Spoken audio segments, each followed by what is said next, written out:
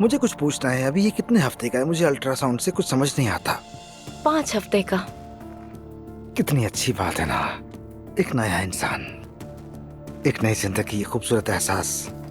अच्छा ये बताओ, बाप कौन है? क्या मतलब बाप कौन है? क्या बकवास कर रहे हो तुम? जाहिर है तुम हो। क्या तुम वाकई में ऐसा चाहते हो कि मैं तुम्हें अदालतों में घसीटूं? अगर ऐसा चाहते हो तो ठीक है, कर लेंगे। नहीं मेरी जान, मैं क्यों चाहूंगा ऐसा? जाहिर है मैं नहीं चाहता, क्योंकि मेरी औलाद नहीं है।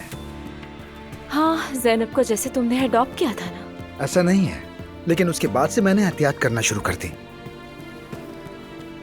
मैं समझी नहीं। मेडिकली इसे वेजेक्टोमी कहते हैं। अगर तुम्हारी जबान में कहूँ तो बुरा मत मानना, मैं तुम्हें जलील नहीं कर रहा, लेकिन अभी तुम काफी ज्यादा शौक में हो, इसलिए तुम्हारे लिए समझना बहुत मुश्किल हो रहा है। सीधा कहूँ तो मेरी ट्यूब्स बंद है। तुम झूठ बोल रहे हो।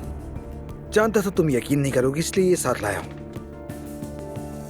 देखो इसे गौर से। ये क्या है? मेरी ऑपरेशन रिपोर्ट।